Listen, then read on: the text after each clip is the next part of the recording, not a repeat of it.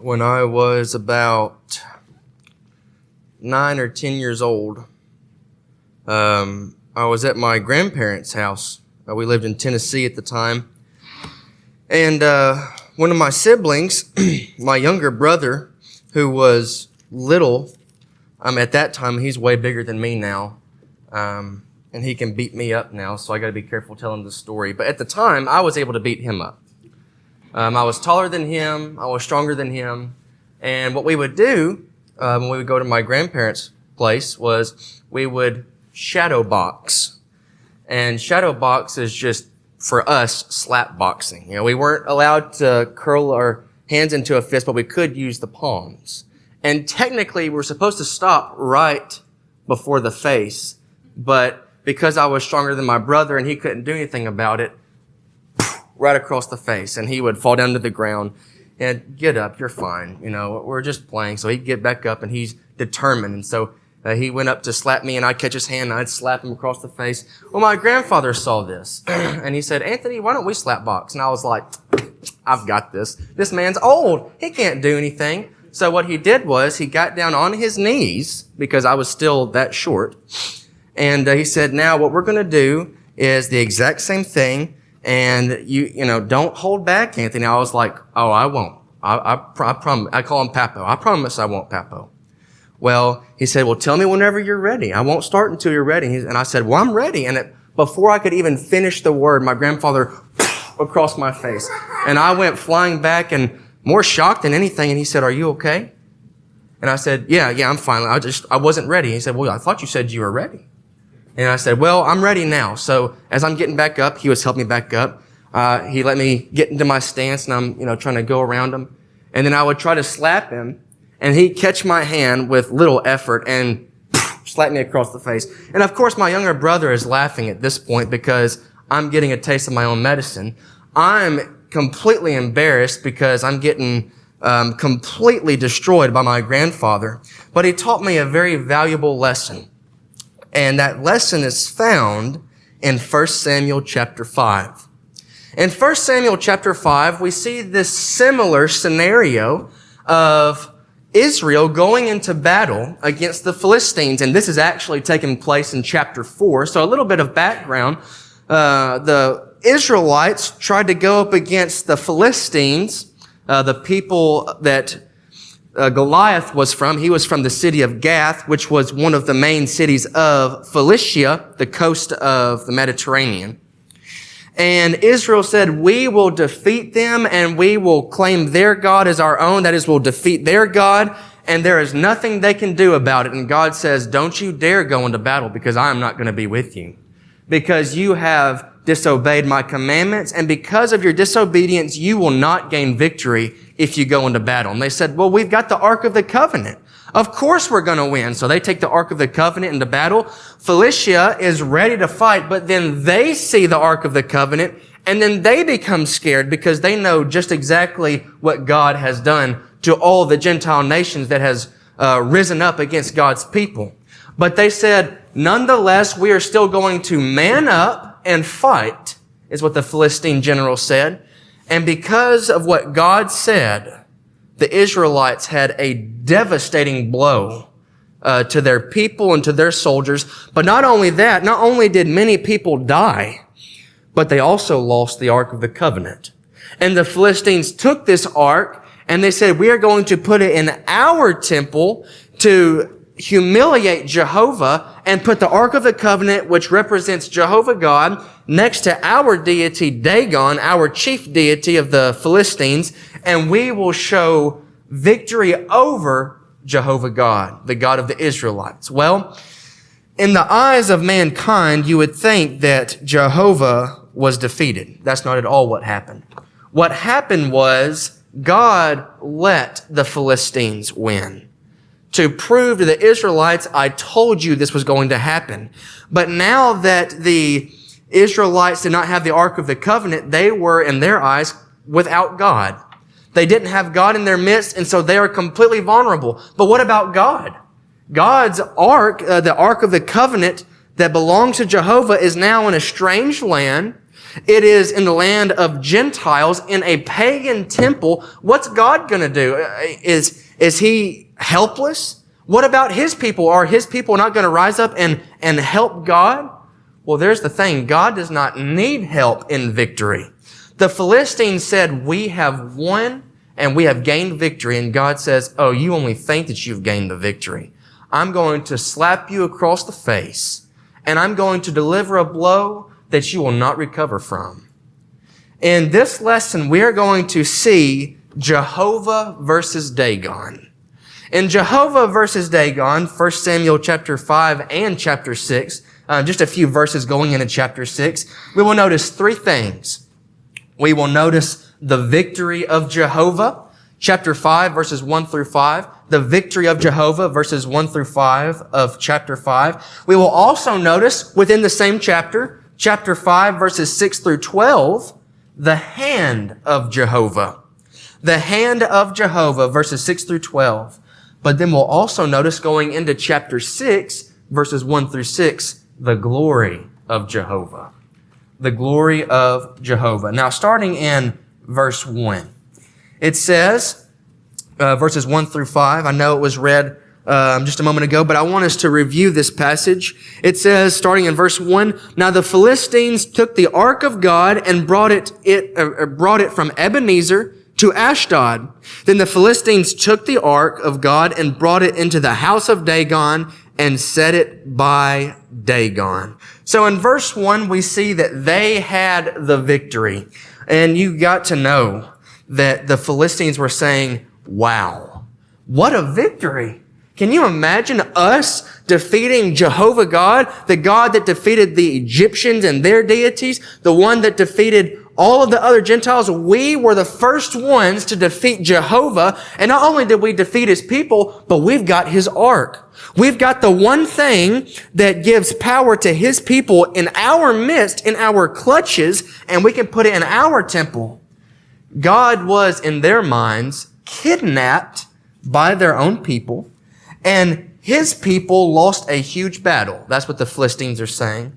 Things are looking pretty bad for the Israelites, what the Philistines are saying. But look at verse 2.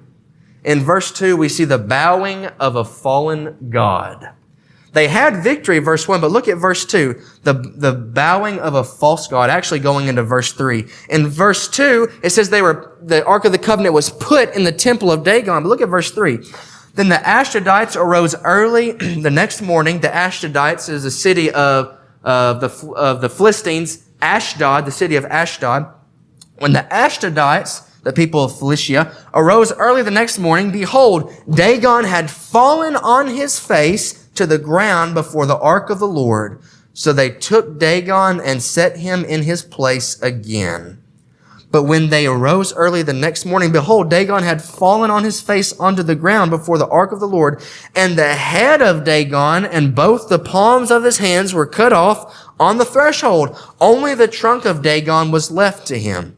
Therefore, neither the priests of Dagon nor all who entered Dagon's house tread on the threshold of Dagon and Ashdod to this day.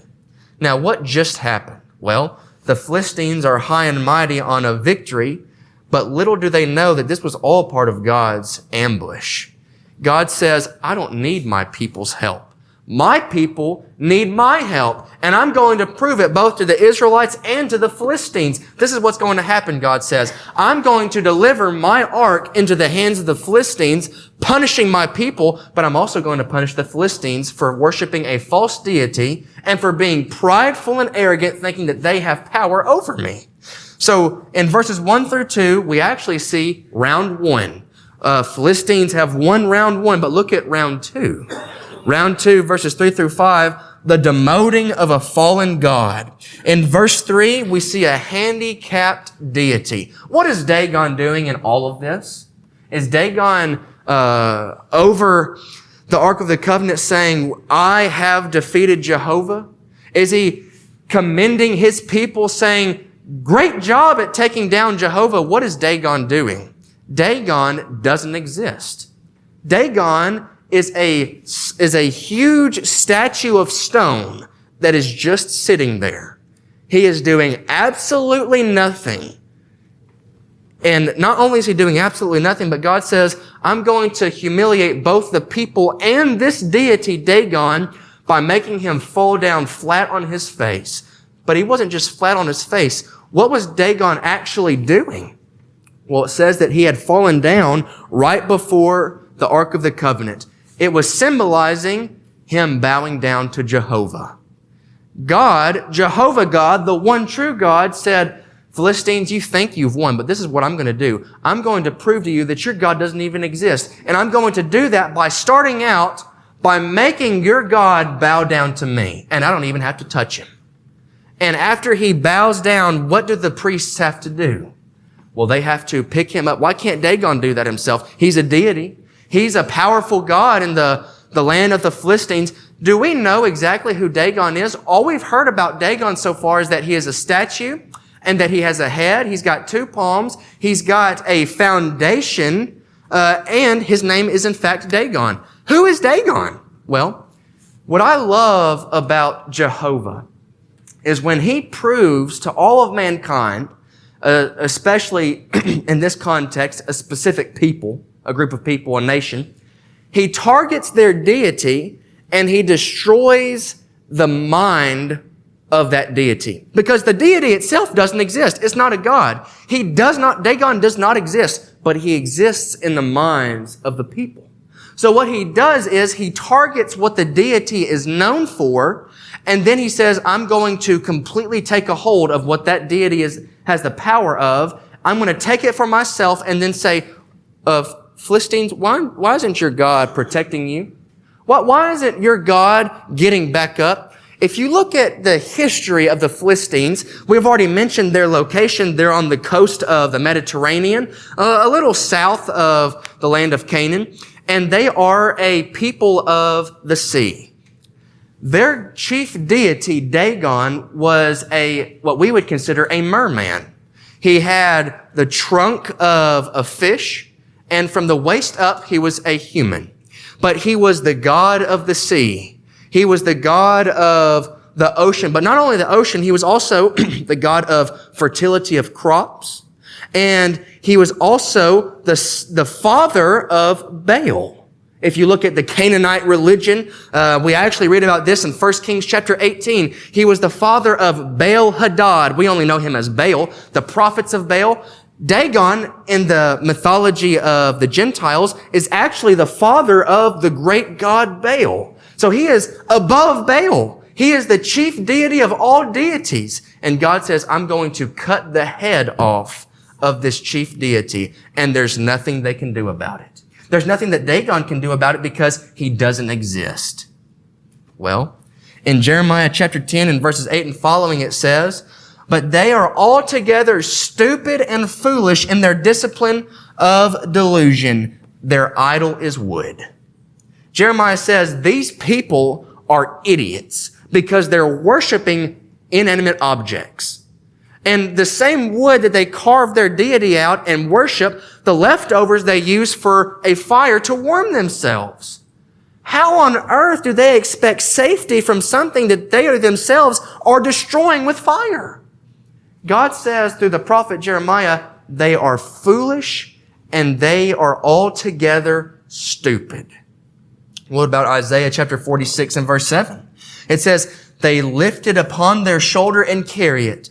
They set it in its place and it stands there. It does not move from its place, though one may cry out to it.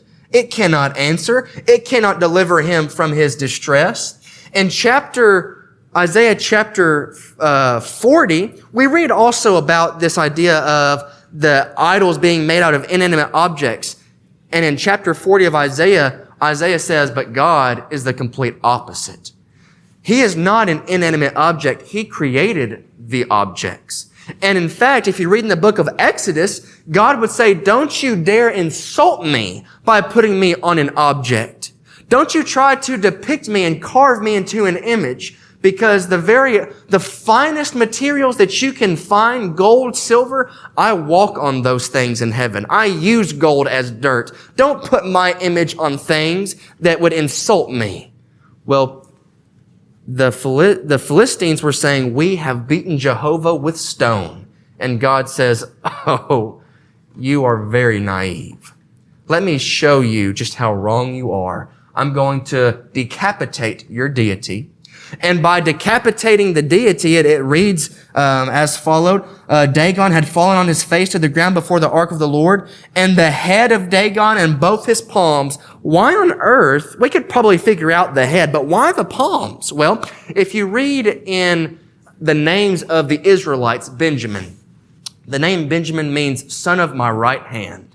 When you think of somebody who has strength, somebody who has power, they have a strong right hand. They sit at the right hand of a king. Jesus reigns as king at the right hand of Jehovah God as we speak. The idea of having hands was to show strength and power in war.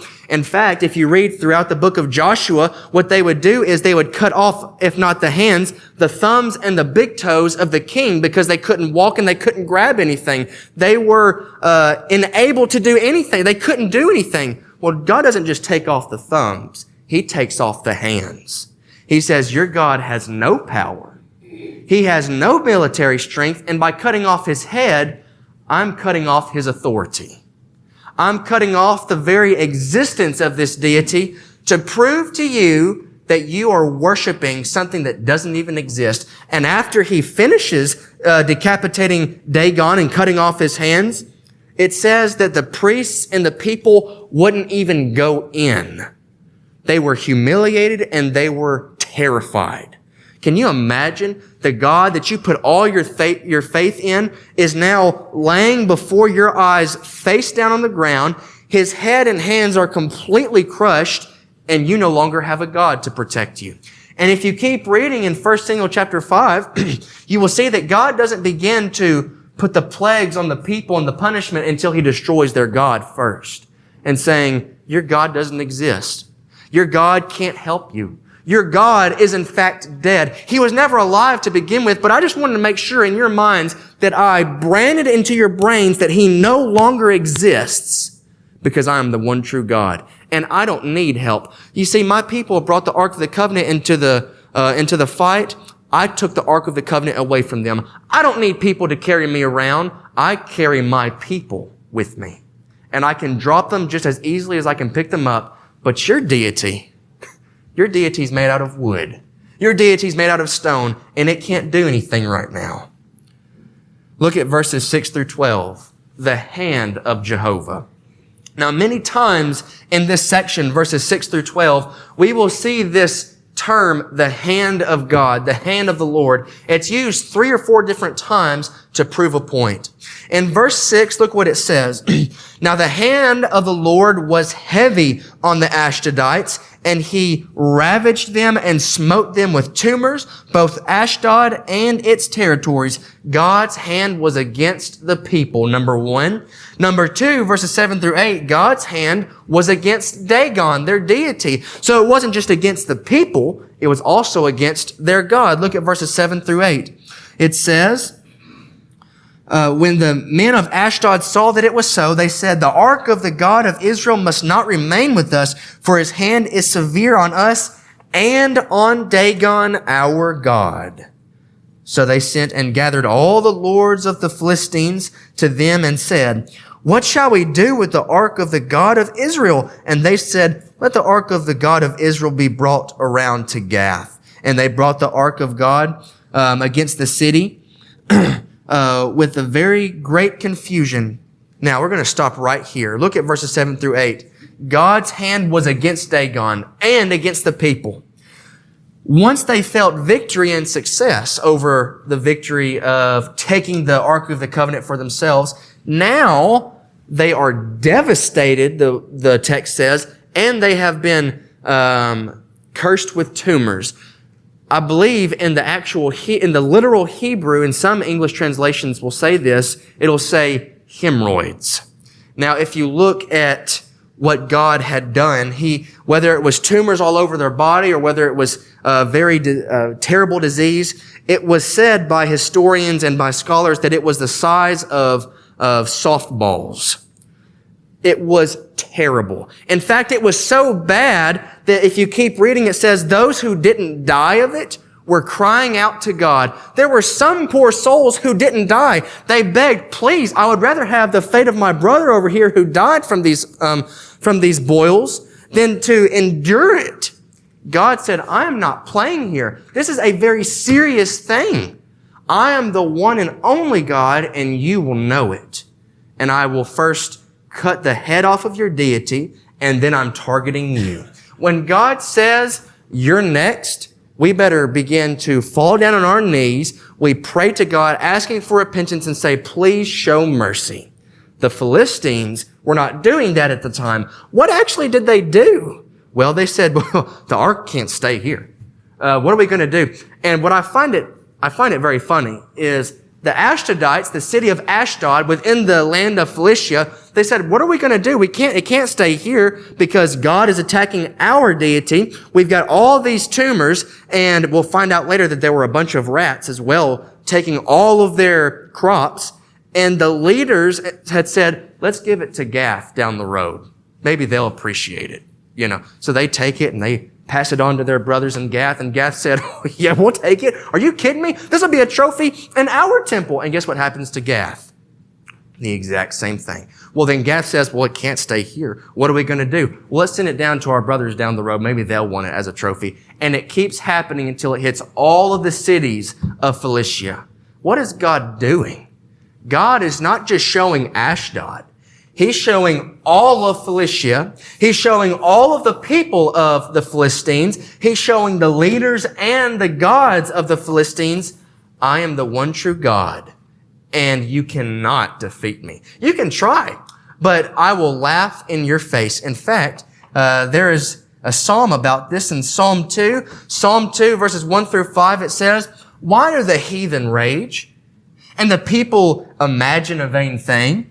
The kings of the earth set themselves, and the rulers take counsel together against the Lord and against his anointed, saying, let us break their bonds asunder and cast away their cords from us. He that sitteth in the heavens shall laugh, and the Lord shall have them in derision. Then shall he speak unto them in his wrath, and vex them in his sore pleasure. Now, when I was, another story telling on myself, when I was younger, I know I'm young right now, but younger, when I would do something against my father's commands, he would tell me, don't do that, Anthony, and I would do it anyway. I would do it, but I would try to make people laugh. And sometimes I would make my father laugh. And I thought, man, even though he told me not to do it, I got him to laugh. And then after he would get done laughing, he would look at me with a death stare and say, come here. So he thought what I did was funny. Well, it wasn't that I thought I was funny. It was the fact of, I can't believe he thinks he's going to get away with this. He wasn't laughing at the fact that I was funny. He was chuckling like, I can't believe he did this. That's what God was doing. He sees these tiny people come up to him and say, we're going to take you down, and there's nothing you can do about it. And we've got all the kings of the world together to take you down. And God says, this is hilarious. You really think that you can take me on? And after he gets done belly laughing, he says, now I'm going to take you down. The Philistines thinking that they could take down God was hilarious to Jehovah. He thought, wow, these people have the audacity. They are so prideful in thinking that they can take me down. I'm going to show them. And I'm going to show them to where they will never recover from it. And by the time I'm done with them, they will know that I am Jehovah. When you hear the name Jehovah, that's the English translation of the Hebrew name of God, Yahweh. It's first given to Moses, first read in the book of Exodus. And the word or name Yahweh or Jehovah means I am that I am, or I am self-existing. And the pronunciation of this word is lost in translation because the Jews thought that they were not worthy to say the name of God, so they would come up with another name, Elohim or El Shaddai, meaning Lord or God. Reverent, but not even daring to touch the name of Jehovah. In fact, while they would write it down, they would first wash their hands and then write down Yahweh and then wash their hands again. So they wouldn't put stains on the name of God. That's how reverent this name was. When God says, I will let them know that I am Jehovah, He says, I will let them know that I am the self-existing one. I am the one who needs nobody else. I am the one that everybody else needs, including the Philistines. In punishing the Philistines, He was not just punishing them, He was showing them how much they needed Him. Now let's keep reading real quick. In verses 9 through 11, God's hand brought panic. Not only was the hand against the people, but it brought panic. Verses 9 through 11. It says, after they had brought it around, the hand of the Lord was against the city with very great confusion. And He smote the men of the city, both young and old, so that the tumors broke out in them. So they sent the ark of God to Ekron. And as the ark of God came to Ekron, the Ekronites cried out, saying, they have brought the ark of the God of Israel around to us to kill us and our people. They sent therefore and gathered all the lords of the Philistines and said, send away the ark of God of Israel and let it return to its own place so that it will not kill us and our people. For there was a deadly confusion throughout the city. The hand of God was very heavy there. And the men who did not die were smitten with tumors, and the cry of the city went up to heaven. Now, what I want to point out is, look at the state of the Philistines. You know, we're talking about what's happening to the Philistines and what God's doing to the Philistines. We haven't actually made any application to ourselves yet. Can any of us really relate to the Philistines? I don't see any statues of false deities around here. Can we really relate to these Philistines? How can we apply this to us today? Who do we serve? It doesn't have to be a statue. It doesn't have to be a golden image. Have you ever heard of American Idol? What's in the name? Idol. Who are we idolizing? People. Can we idolize ourselves? Can we idolize our jobs, our titles?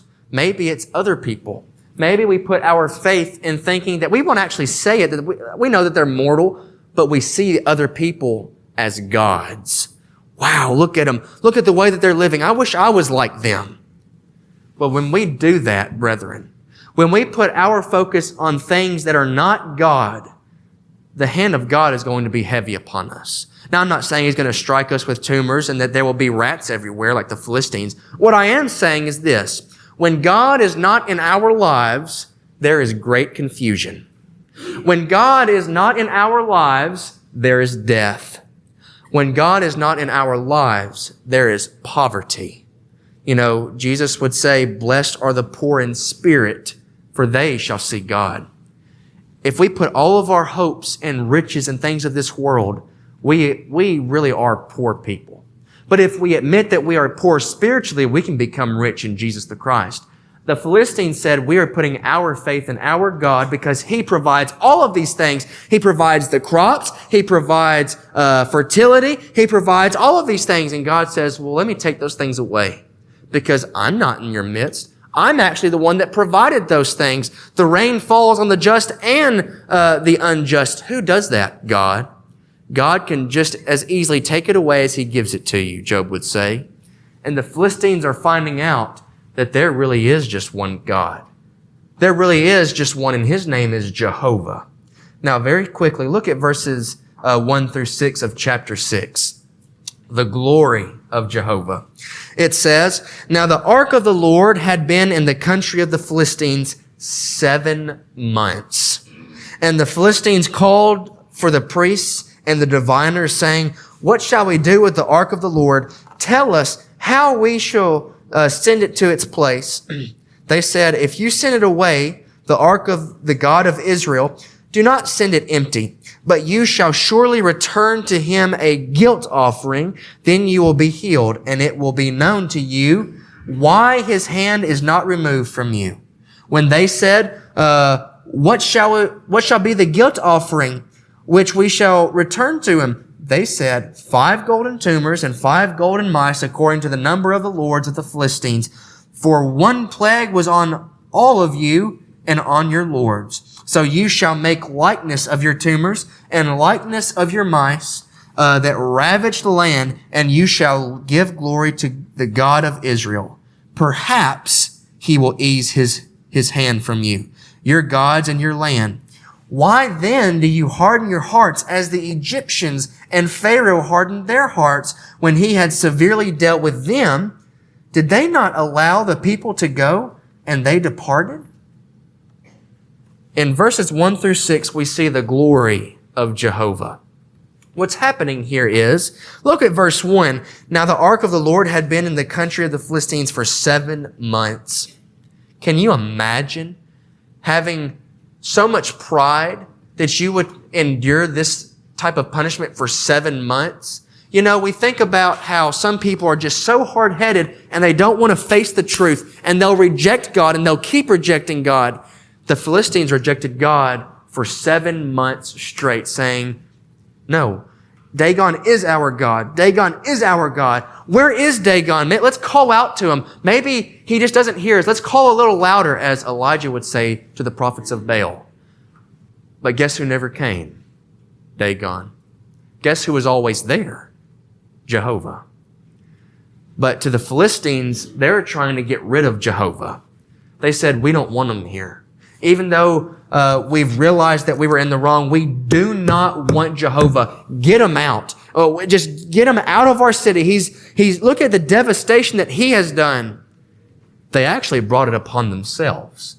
And they finally came to their senses and said, you know what? Let's swallow our pride and just admit defeat. Because we're not winning this battle. We've tried winning it for 7 months, and look at the state of our people. Well, verses 1 through 3, the endurance. They endured it for 7 months. Verses 4 through 5, the exchange. What is the guilt offering that we should offer? Here's the answer. Make 5 golden tumors and 5 golden mice. That's kind of strange. Can you imagine casting a golden image of tumors? That's kind of weird. And then making a golden image of mice, which, by the way, this is the first time we're ever hearing about the mice. Well, what's this mice talk? Where did the mice come from? Well, what do mice do? Well, they eat up everything. If you ever had a mouse problem or a rat problem, and they get into your field, or they get into your cabinets that have a bunch of food, what's going to happen to all that food?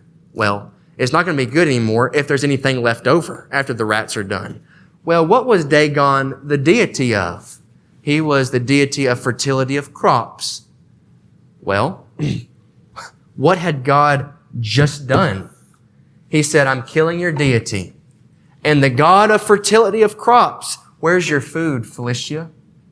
Where's your crops? Oh, they're eaten by mice. I wondered how that happened.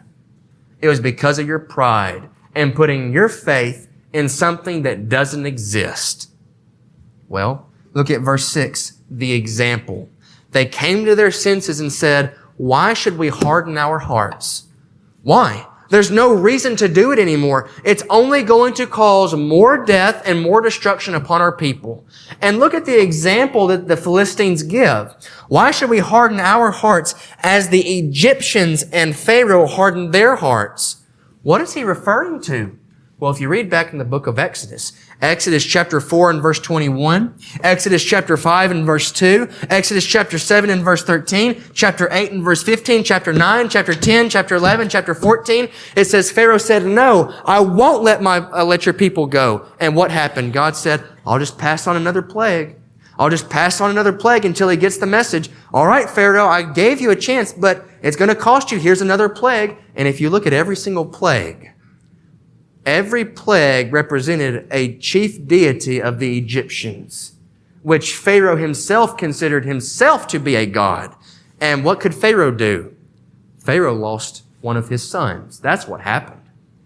God humbled the Egyptians, and it cost them so much. And the Philistines said, let's learn from their mistakes. Let's not carry this on to where we have plague after plague after plague. Let's swallow our pride. Let's ask God for forgiveness and go about our lives.